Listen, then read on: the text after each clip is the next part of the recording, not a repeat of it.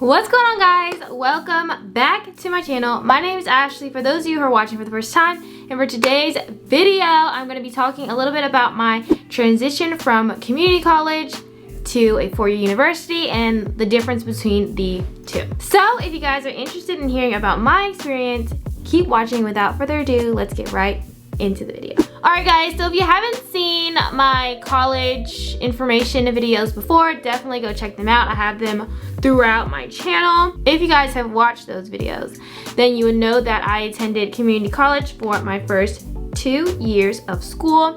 Now I'm currently in year 3 and I have just transferred to my state school, which is the University of Maryland. This is my first semester, but I feel like now that I'm at Maryland and I've seen the best of both worlds, I can definitely tell you guys a little bit about the difference between the two and answer some of you guys' questions. So I did open up the questions to Instagram, so I'm going to use that as a guideline, as well as give you guys some additional information when it's needed. Alright, let's get into it. So the first question, which is like my most asked question, is did all of your credits transfer? The answer is yes, all of my credits transferred seamlessly. I did use like a credit calculator online. Every state should have one, but I'll link Maryland's transfer credit calculator down below. But I did use that when choosing my classes at community college, and when I did transfer over to Maryland, all of my credits transferred, so I did not have to retake any courses. So that did save me a lot of time. So my advice to you is, if you are planning on going to community college and you already have your mind set on a certain school, definitely put your classes in like a credit calculator so that you can figure out which classes will count when you go to your four-year university and which ones will not. Next question, what are the difference in class sizes? So the difference, I would say the main difference between community college and a four-year university is the class size. At my state school, University of Maryland, the classes are extremely large. Like when I tell you my Zoom class, my econ Zoom class, literally has 300 people in it.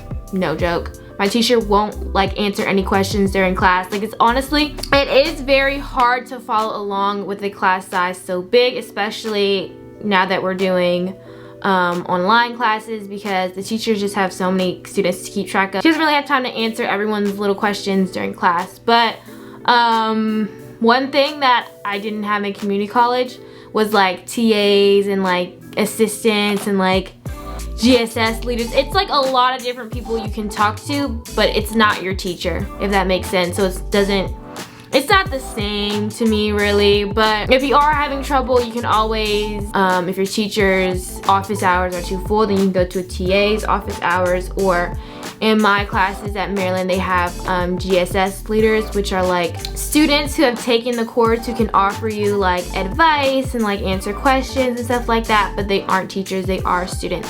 But that is one major difference. You don't get as much one-on-one time with your teacher, which is a lot harder. At community college, my class size was no more than 20 people. So going from 20 to 300 was a major jump for me. So if you're like me and you really like to get to know your teacher and you really like to ask questions like whenever they pop in your head, when you transfer to a bigger school, keep in mind of the class size, how many students are there, because there are other options. I know a lot of schools offer like smaller class sizes, but University of Maryland is not one of those schools. But that's just something you have to deal with. Okay, next question. Why did you choose to go to community college first? So I answered this in a couple of my other videos, but my main reason was the financial aspect. Community college is about 1/3 of the price of a regular school, maybe even less depending on what school you go to. So really, I just wanted to save money. Also, as I mentioned before, all of your credits you take for your general education, they are the same at, I want to say, almost every school. So like, even though I transferred to Maryland, for the first 2 years, all the students there were taking the same classes that I was at community college. And I can tell you that my education at community college was not beneath, was not any less than, because now that I am taking my more advanced courses, when they reference things that we should have learned before, I know them, if that makes sense. So don't think that you're not learning enough at community college or that the education is less than, because most of the time you are learning the same thing, unless you like are going to an Ivy League school, if that makes sense.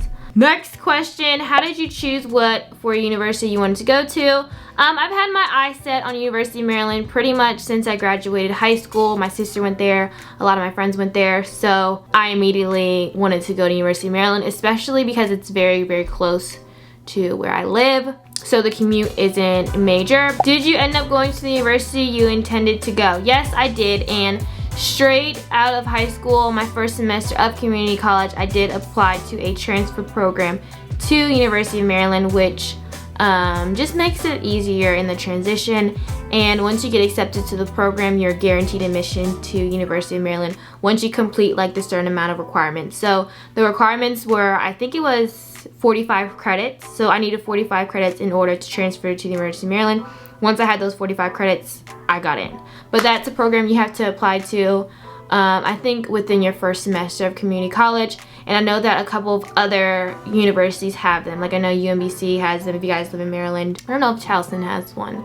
But definitely just do your research. That's the thing that helped me the most. I was just researching transfer programs, researching credit transfers and all that kind of stuff. But I will list all those resources down below so that you guys can find them if you guys live in Maryland. If not, you're gonna have to do your own research. Sorry. Okay, next question. So this is more about like social life, but someone asked, did college have an impact on your relationship? So, I never talked about this, I don't think so. But when me and Zach first started college, when we were both in school, it did have a little bit of an impact in our relationship because we couldn't see each other as much. Like literally in high school, we'd see each other every day. But then when we went to college, the workload was a lot more, and then like Zach was commuting to DC, so we really only saw each other on the weekends, so that did have its effects. But now that Zach is not in school and I still am, we are in a little bit of a different place in our lives and kind of in our mindset. So even though that is the way it is, we still make time to see each other. Even though Zach's not in school, he still respects that I am and that I have schoolwork and other things to do. And even though he's not in school and he's like working now, I still have to respect his schedule and the things that he has going on. So even though it took us a little bit to get where we are today, we did finally make it. And I think what we have going on right now is good. But if you guys want a little advice and you guys are in a relationship about to start college, I know everyone says that communication is so important. Communicate.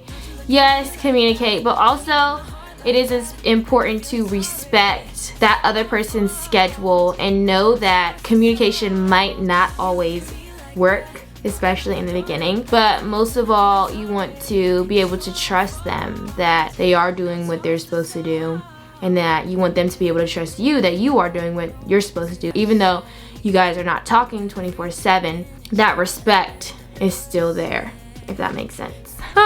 Next question. What are the benefits of attending community college first and then transferring? So I would say the major benefit of going to a community college was being able to save money, one, of course, and also being able to schedule my classes in a way that I could still work, I could still do YouTube.